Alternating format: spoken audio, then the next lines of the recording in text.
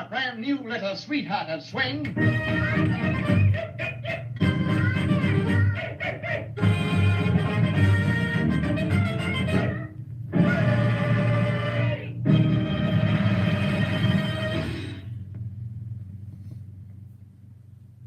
You're listening to Stay Tuned, the show for animation lovers, recorded live on YouTube and also streaming on Patreon.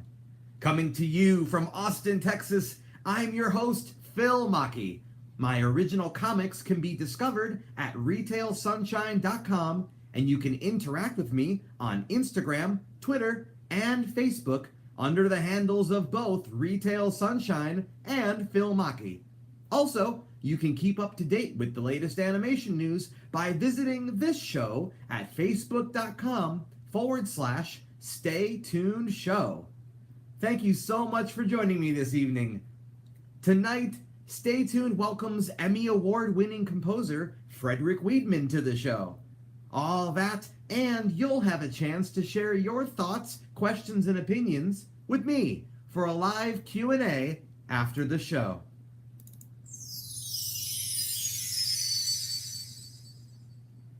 My special guest tonight has his roots in composing music for horror and sci-fi films.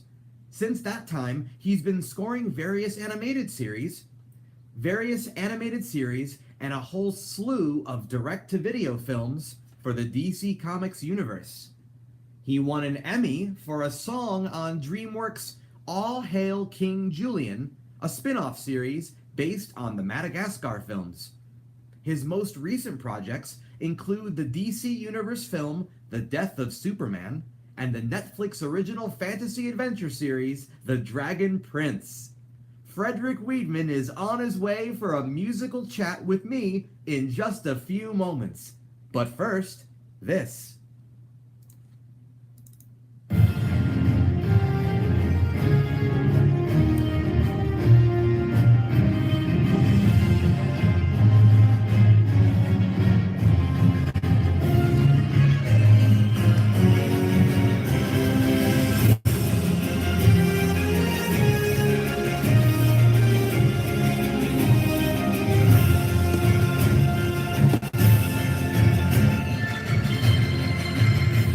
Frederik Wiedmann, welcome to Stay Tuned. Thank you for having me. Awesome. I was speaking with another composer recently, and he said that nowadays people like to be called media composers because they do music for so many different things. Is that how you think of yourself? Not really, because I've been primarily working on film and TV. I'm not a video game guy yet. So, people that have done all these different medias, it makes a lot of sense to call them that. But in my case, I think I'm still very comfortable being called a film composer. Okay, that's great. Yeah. You've composed for films and for TV series. So What is your approach to composing for one versus the other?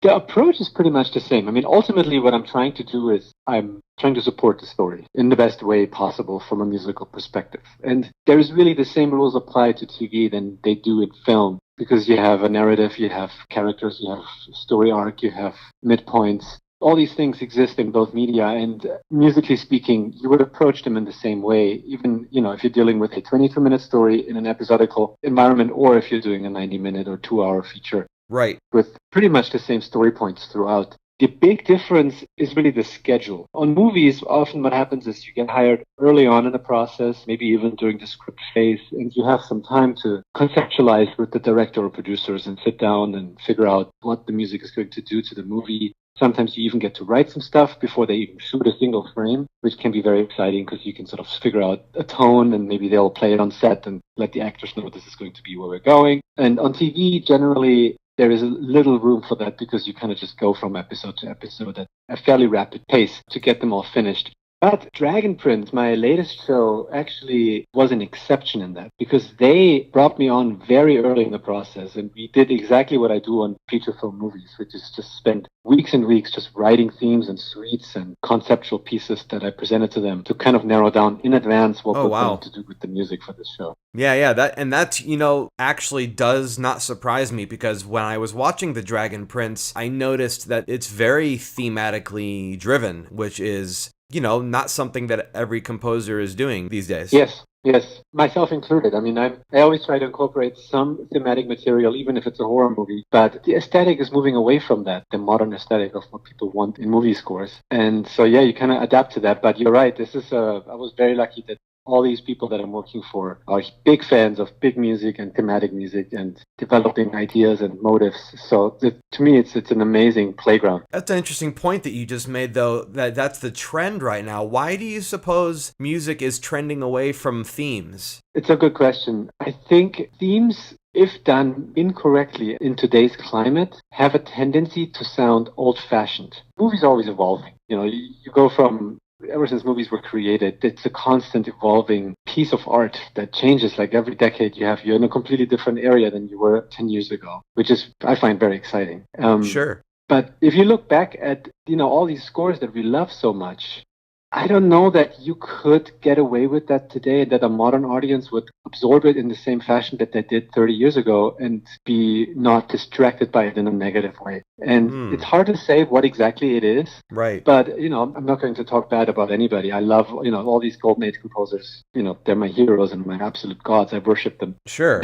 More than anybody else. But, some of the stuff, if you play it today, you'd be like, this would never fly. You could never play this to a studio executive and they would go like, this is great. I'll do some name dropping for you since you're being very kind and not doing it. So Politically correct. So you couldn't pull a John Williams nowadays, what you're saying. Well, that's the thing about John Williams, I think, is an incredible exception because he still manages to be John Williams on every single one of his scores. And it's fine.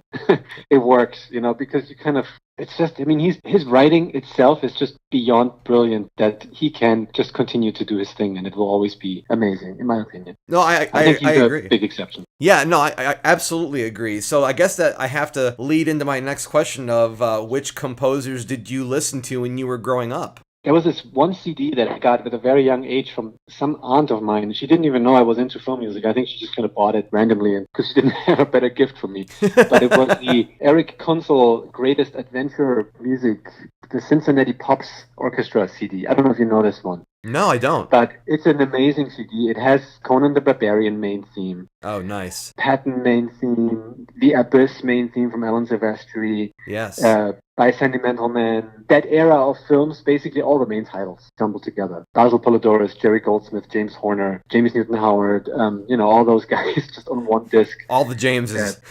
Terminator, Total Recall. Just like everything that was somewhat iconic back then was on this one CD. And this was really the first disc that I started to study and understand these other composers and what they were doing. And it triggered me to buy a lot more stuff beyond that from all these other composers because it just was so amazing to hear. But one of the big breaking points for me was listening to Dances with Wolves by John Barry when I was 12. I think that was my first soundtrack that I ever owned, and it was just on repeat in my room. Oh, nice. This little dorky 12-year-old playing Lego, listening to Dances with Wolves, just loving it. I have to point out that it's a fun visual that you're a German composer and you grew up playing with Legos, which I think is kind of perfect. Oh, I think everyone in the world plays Legos. Well, yes, available to you. but everybody wasn't German. Oh, yeah, that's true. Yeah, that's true. Very much so. But yeah, so that was a big turning point for me, listening to that. Oh, that's good. We all have our albums that are, the critical albums that kind of got us started into all that stuff. It's fascinating to me. It's worthy of a book, I think, that topic. Oh, sure. You know what? It is worthy of a book. I will keep that in mind. So you've done a lot of the horror genre, like you were mentioning a moment ago. Believe it or not, I saw one of your earlier films years ago, which was called Triassic Attack. Oh, jeez. That was Emilia Clarke from Games of Thrones. It was a made-for-TV sci-fi film. So what was that like? Because that movie was, it was about as awesome as it sounds.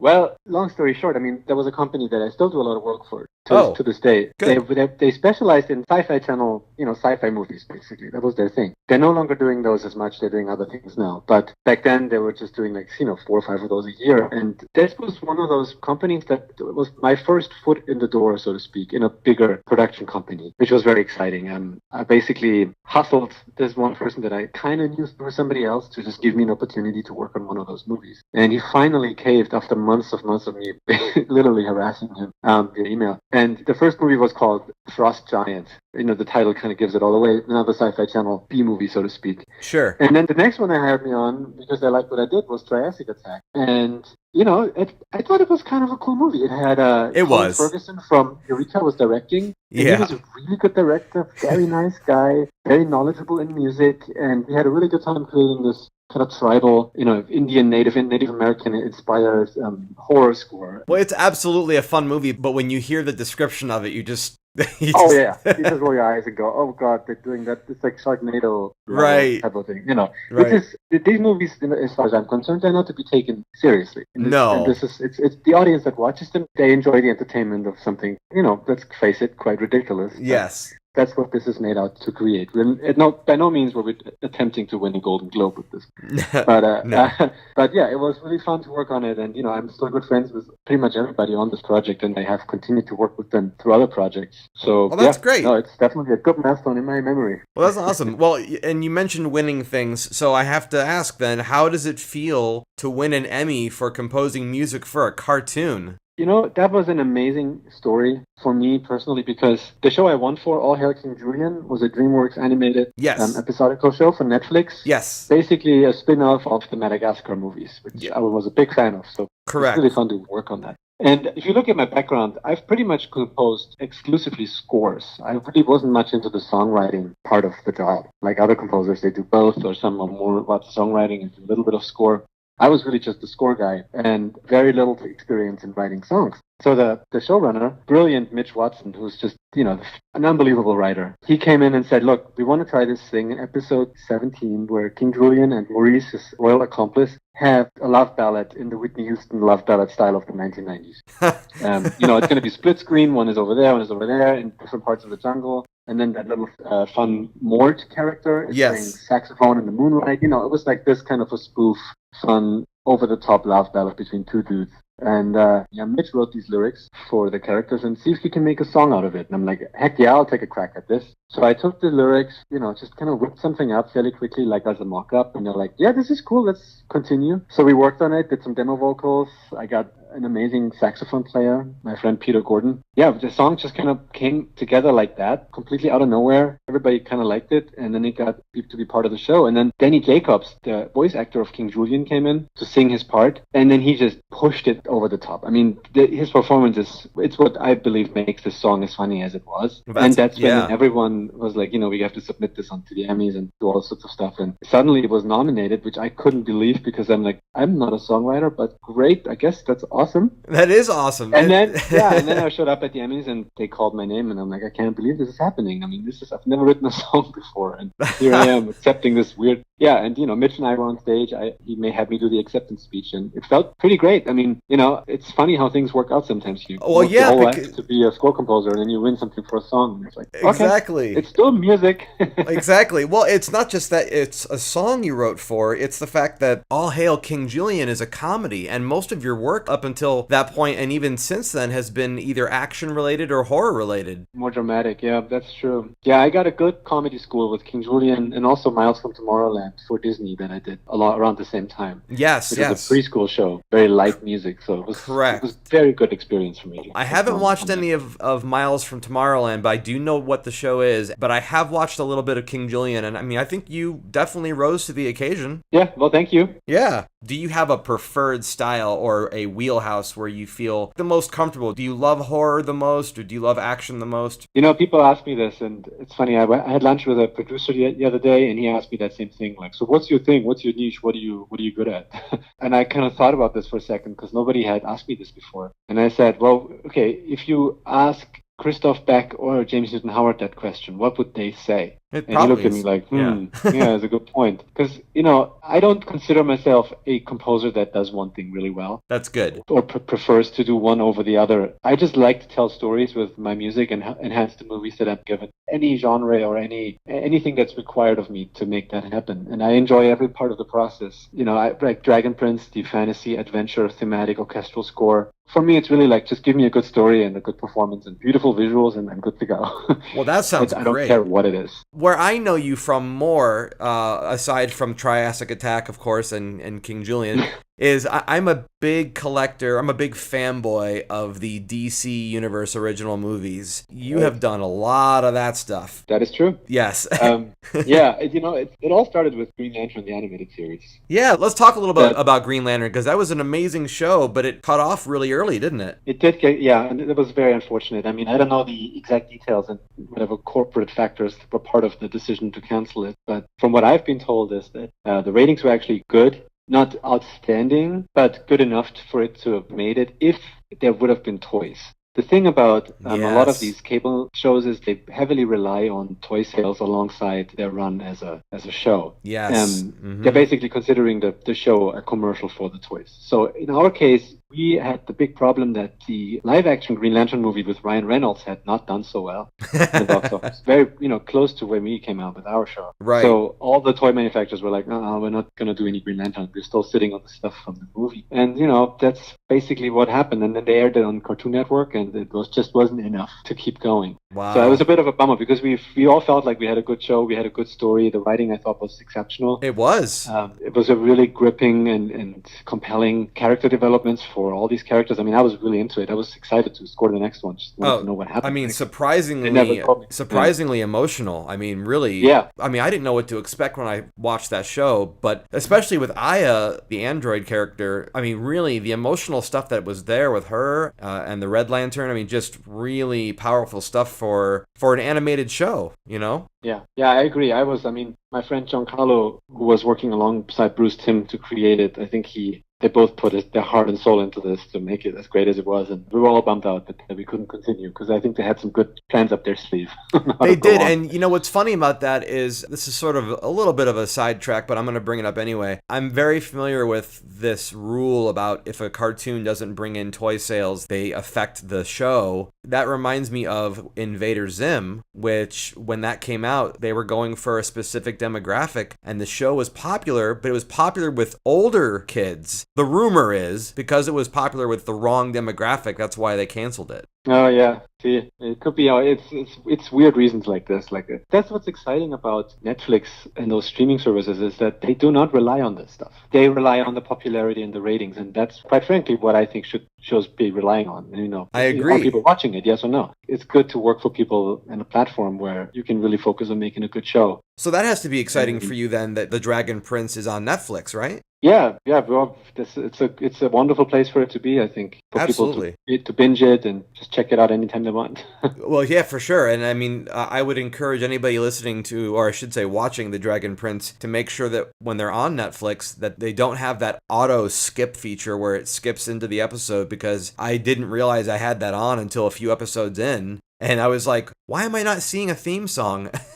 Yes, it's there. Yeah, it's there. You have to go back and force it to play, but you definitely have a theme song going for sure. Oh, yeah. Yeah. Definitely. Back to the DC comic stuff, because your work is growing for them with the recent The Death of Superman, and then, of course, the follow-up coming up next year. But I just rewatched Gotham by Gaslight the other night, just because I really like that film a lot, and I wanted to rewatch it before speaking with you. I wanted to say, just a fantastic job creating atmosphere, and you made a score that has some real weight to it. People wouldn't expect that out of an animated film, but really the full orchestra effect has a very powerful feeling with that gritty story. Thank you. Yeah. That was the idea. Yes, I'm sure. I think it really helped to elevate the production, and I wanted to ask you, what are your thoughts on these direct-to-video releases? Oh, they're from start to finish an absolute joy to work on. It's composer heaven, so to speak. Because, good. First of all, I love the material. Superheroes animated in the most beautiful way. What's not to like? Sure. I think the way they're treating the comic books and creating stories out of them that match a feature-length movie, I think it's sensational what they come up with. And,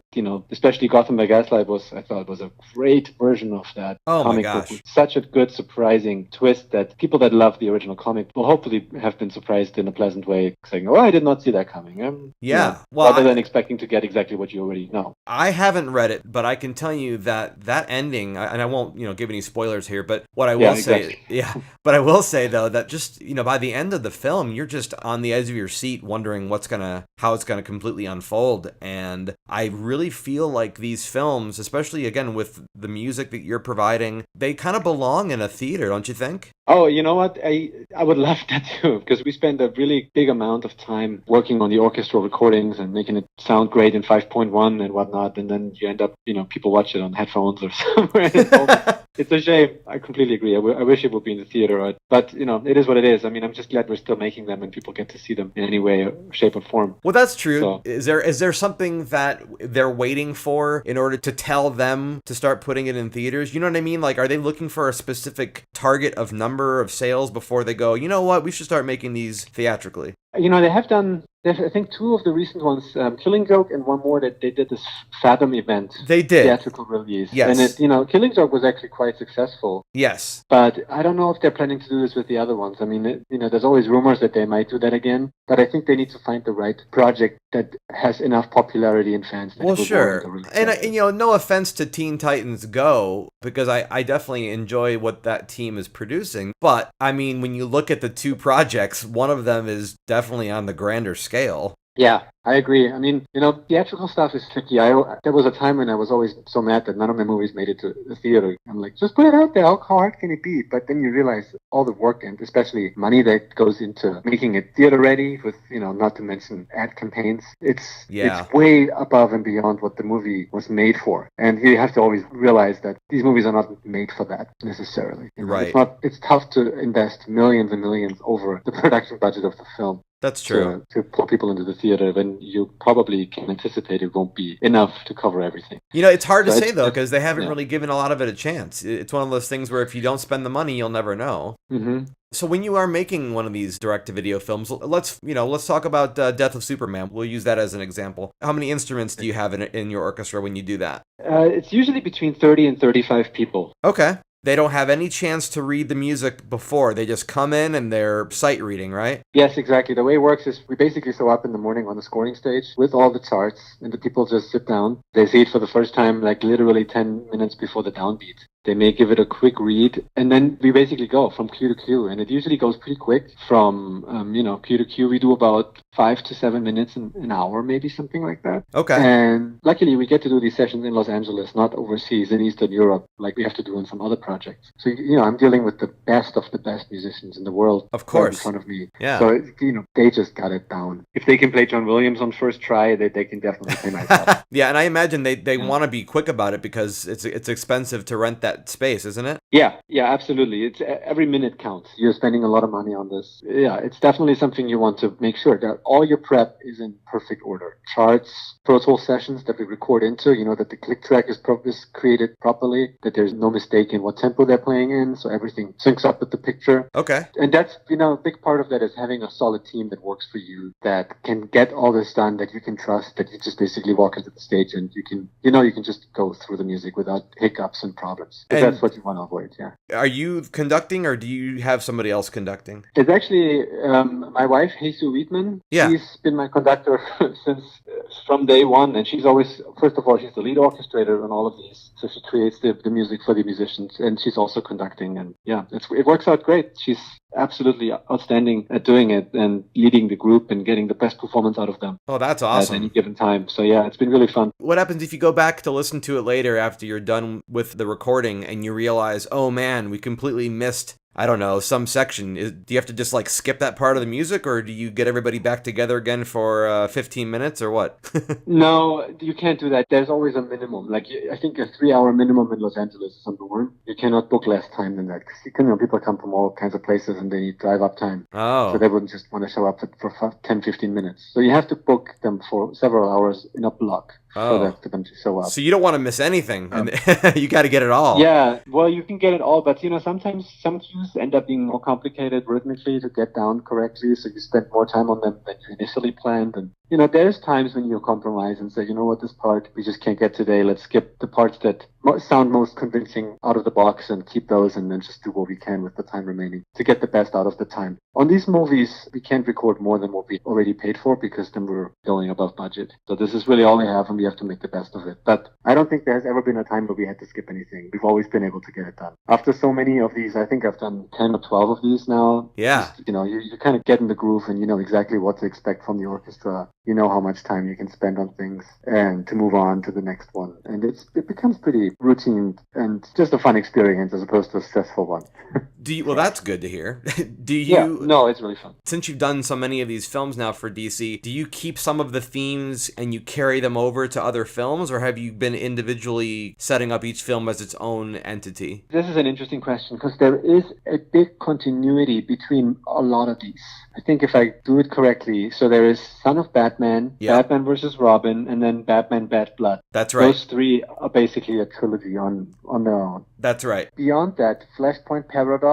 Yes. Which was a Flash-centered movie that came, I think, even before Son of Batman. Yes, it did. Yep. And Justice League versus Teen Titans Judas Contract. Yes. And Death of Superman. Now the upcoming Reign of the Superman. Right. I think all of those, I may have... Oh, yeah, Throne of Atlantis. Right. Okay. So I think all of those belong together into the same universe. It's the same voice actors. It's the same kind of Batman, the same kind of Aquaman, and in all the other movies. Correct. So absolutely there is, and luckily they have been hiring me to do all of them. I was able to infuse thematic material that I've introduced throughout the series and have that reoccur in certain moments in these upcoming movies. So you will hear an Aquaman theme in another Justice League movie that I used in Throne of Atlantis, and the Damian theme from Son of Batman comes back in several places during the Judas Contract and versus the Titans movie. So there's a lot of that. It's pretty fun to be able to structure that and make that one cohesive thing. I mean, what a treat for you. It also, it gives you somewhere to start off from for the next film, and then it gives you something you can kind of play with. I mean, that's fantastic. Yeah, it's really good. And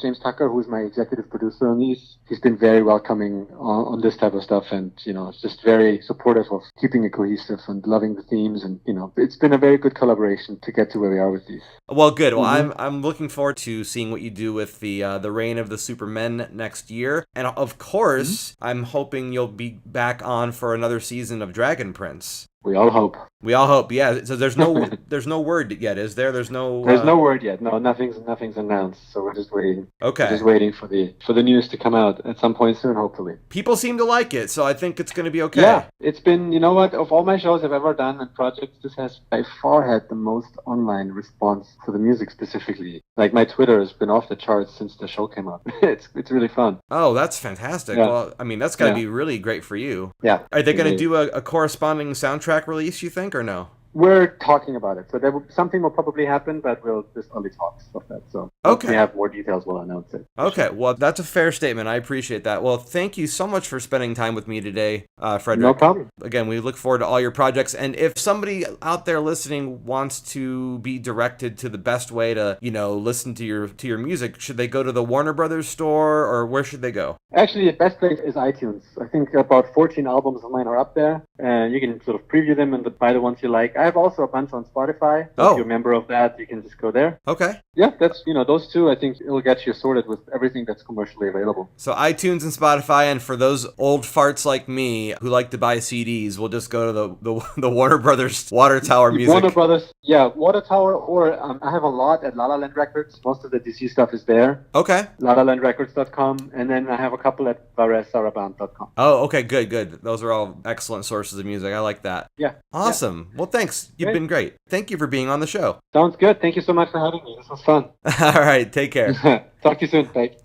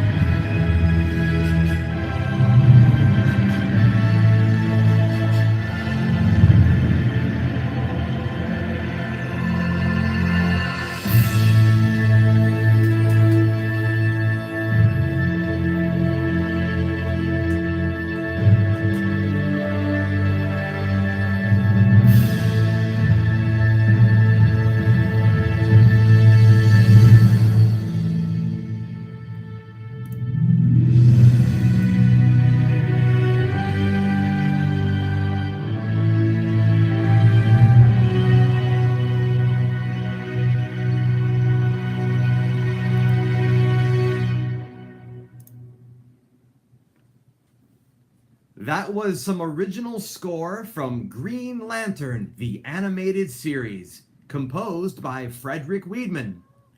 The series ran for a total of 26 episodes on the Cartoon Network.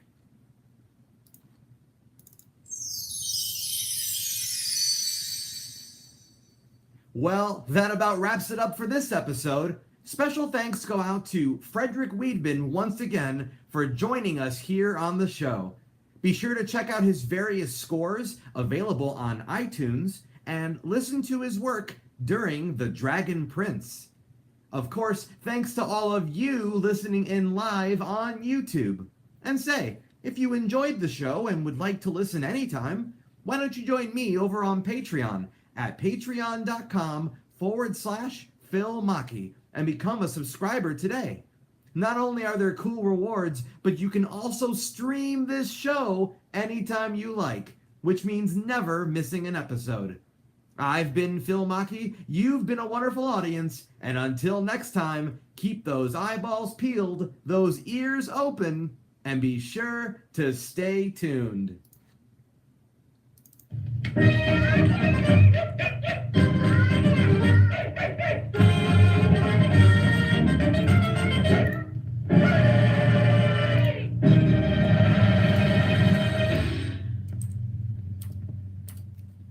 Well, that was one for the books.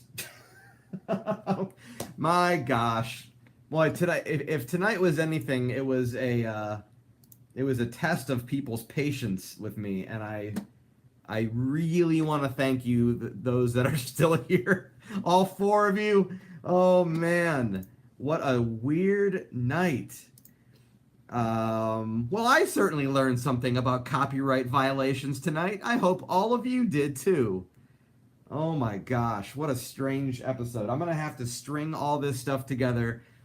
I got some editing ahead of me. So let's talk a little bit, real quick, about what happened tonight and how it's going to affect the show and what the show is transforming into recently. You may have noticed some things. I got a lot I want to cover tonight and only 20 minutes to do it in, okay? Again, if you want to throw some questions, we are in the after party, so definitely, see, Marshall says be careful, otherwise we'll have to watch you on the YouTube black market. Yeah, no kidding, right?